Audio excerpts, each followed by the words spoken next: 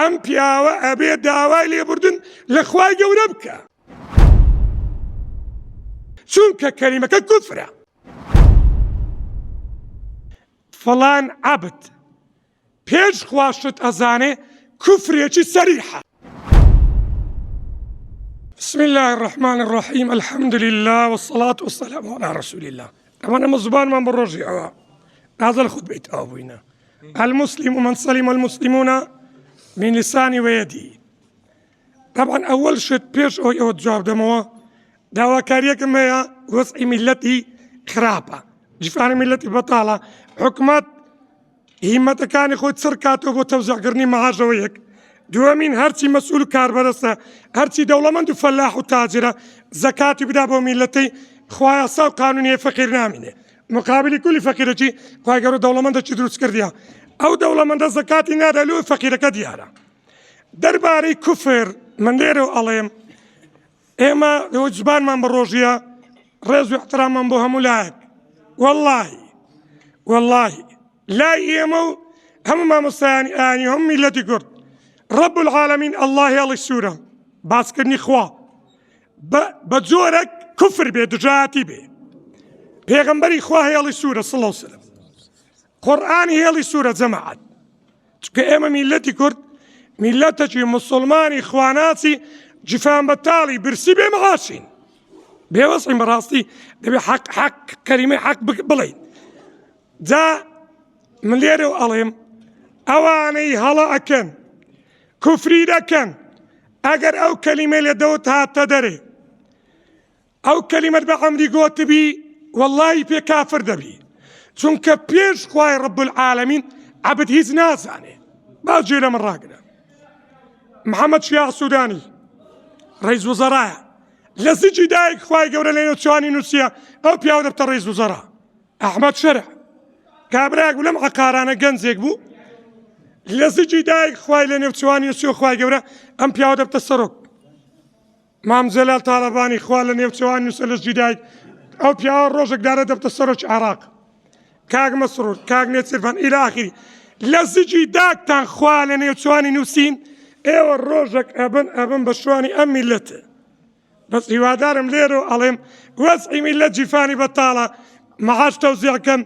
وكرة مسؤولة كام لا محسبة كام هندي دفتر دولار خركتوا بالزكاة بدن فقير نامينه ناو تسيان نارو جيان فامو فقط كام اما بس زباني بروجي يك سي غلطناكم لبر اوي زبان من بروجيا اعزا من بروجيا بلام او كسي اگر بلي فلان عبد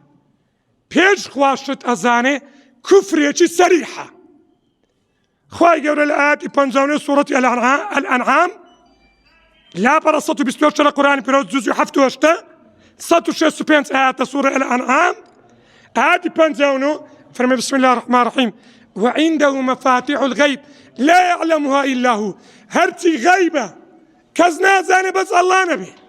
ويعلم ما في البر والبحر هرتي لو شكاني هي هرتي لدريا كان الله بي آقادارة وما تسقط من ورقة يقبل كدار برنامج تولى دارتي رب العالمين لآتي بنزون سورة الأنعام نفرمي وما تسقط من ورقة إلا يعلمها إلا الله بقبل كدار عالم كبر دبته ديانا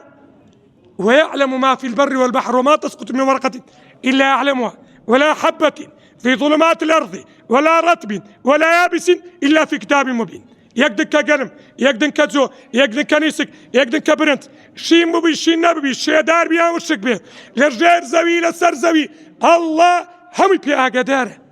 ما خلقكم رب العالمين فرمي ولا بعثكم إلا كنفس واحدة خلق يموتان مران دتان زندكرنتان لا من وكم نفس واحدة ام پیاوە ئەبێ داوای لێبوردن لە خوای گەورە بکە وەلا هەموو میلەتی کوردی موسڵمان چونکە کەلیمەکە کوفرە یعنی تو بڵێ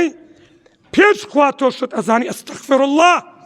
استغفر ولقد خلقنا الإنسان ونعلم ما توسوس به نفسه ونحن أقرب إليه من حبل الوريد. آيات الشاذة لسورة قاف لا بربين صوت وجده تشلي بينس آياته جزء بستشش القرآن بيروس رب العالمين فرمت إيه ما خلق إنسان ما كليك بشكاو لناو سجودا کرد ئێمە شتت بۆ دادەنین ئەفەرمێت هەرچی بە دڵت دادی ئاگادارین ئێمە لە شادەماری دڵ لە تۆ نزیکترین کە خوێن بۆ دڵت دێنێ بۆیە من لێرە دووبارش ڕوولۆ برادەرەکەم هەڵات کردووە وە کەلیمەکەت کفرە داوا لێبردن لە خوای گەورە بکە داوا لێبردن لە ئەڵڵا بکە و داوا لێبردن لە مسلمانان بکە چونکە ئەمە جائیز نییە ئەم کەلیمەی کوفرەی سەریعە هیوادارم ڕێزمێ لێرەوە بۆ ئەم ڕۆژنامەنووسەکان چاوی منن بەڕێزن ئیسلام ڕێزی خەڵک ئەگرێ ئێمە ئەبێ پارچەک بین ئەخلاقی پێغەمبەر بە قوربانی پێغەمبەر صلی الله علیه وسلم بەڵام ڕزای خوا کوڕە غەیری مەدح خدا پێغەمبەر قورئان هێڵی سوورە صلی الله علیه وسلم هێڵی سوورە یا ڕەبی خوا گەورە لێمان خۆش بی خوا گەورە لێمان قبوڵ کە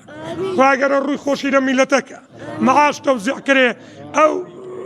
مەسئول و دەوڵەمەندانە دڵیان نەرم بێ و زەکاتی بدەنەوە میلەتەی یەک فەقیر نامێنێ